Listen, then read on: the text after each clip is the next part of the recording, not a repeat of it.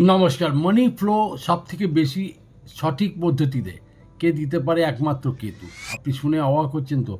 অবাক লাগছে, সত্যি কথা। এটা হলো একদম কারেক্ট। কেতু যখন জাতককে দিতে শুরু করে তাহলে আটকানো তাকে খুব মুশকিল। কেতুর ইষ্টদেব হলেন কি গণেশজি। গণেশজির পুজো, মন্ত্রপাঠ ইত্যাদি করা উচিত প্রতিদিন। কেতুকে প্রসন্ন করার রেমেডি অতি সহজ।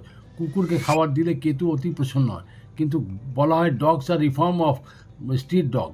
মানে যেটা হচ্ছে কি, কেতুকে আমরা যদি মানে প্রসন্ন করতে যাই তাহলে স্ট্রিট ডগকে খাওয়াবে। কিন্তু খাওয়ার একটা নিয়ম আছে। যে খাওয়াচ্ছেন, কিভাবে খাওয়াবেন সেটাই আমি বলছি। আসল কথাটাই এটা।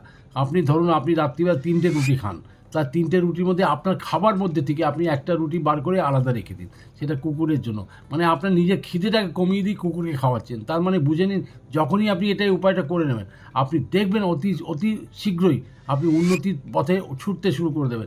আপনার কেতু এত ভরে দেবে, এত দিয়ে দেবে, যেটা আপনি কল্পনা হয়তো করেননি।